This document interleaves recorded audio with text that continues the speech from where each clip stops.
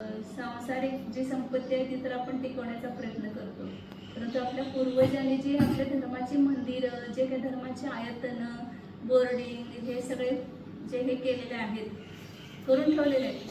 खूप पैसा त्यावेळेच्या त्यांच्या मानाने त्यांनी खूप पैसा खर्च केलेला आहे. त्यावेळेला एवढं पैशाची एवढी किंमत नव्हती, म्हणजे एवढं जास्त हे नव्हतं व्हॅल्यू, तरी पण त्यांनी सगळा आपला पैसा ह्या धर्म कार्यासाठी घालून वाचन ग्रुप तरी किती ठिकाणी सगळं आयतने निर्माण केले.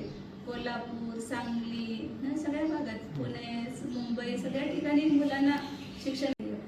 तर ते सगळे अशी संपत्ती, तसंच ही पंढरपूर सुद्धा ऐतिहासिक नगरी आहे की असं ते बघताना असं वाटतं की आपल्या लोकांनी प्रमादाने आपलं वैभव आपल्या हातातून घालवलं. तसं आता पुढच्या पिढीने आपण तरी निदान त्याच्यामध्ये दक्ष राहायला पाहिजे की जे आपले आहे वैभव हे घालवायला नको. मंदिर शेवटपर्यंत असं सुरक्षित राहण्यासाठी पुन्हा एवढंच ह्याच्यामध्ये सुद्धा आपण वाढ पण करू शकतो, सुधारणा पण करू शकतो. नवीन नवीन सगळे टेक्निक आलेले आहेत, ते सगळं करून ह्याला सुरक्षित ठेवण्याचा पण प्रयत्न करू शकतो. तर ते आपल्या पिढीने करायचं आणि पुढच्या पिढीला ते संस्कार देऊन जायचे. आपल्या मुलांचे जर संस्कार केले नाहीत तर ती मुलं आणि ह्याच्यामध्ये जाऊन आपल्या हे धर्माचं, आपल्या मंदिराचं वगैरे संरक्षण करण्यासाठी समर्थ होणार नाही.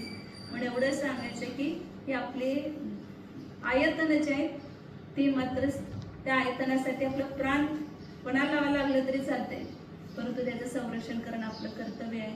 आणि ते केलं तर हे पुढे जैन धर्म टिकणार आहे. नाही तर हळूहळू असं जैन धर्म किती सुंदर, म्हणजे हे मंदिर सुद्धा आपलं जैनांचं होतं, जर ते राहिलं तर आपल्याला असं वाटतं की किती छान झालं असतं, की आपण किती प्रभावना झाली असते जैन धर्माची. एवढं मोठं आता हे जर ज्याच्यात काही तथ्य नाही त्याचा एवढा उदोद होतोय, आणि ज्याच्याकडं खरं आपल्या जैन धर्मामध्ये एवढं हे भरलेलं आहे, तथ्य भरलेलं आहे, परंतु त्याचा मात्र हास होऊ लागलेला आहे. ह्याचं खूप दुःख वाटतंय. तर आपण ह्या पिढीने ह्या धर्मासाठी काय करायला पाहिजे?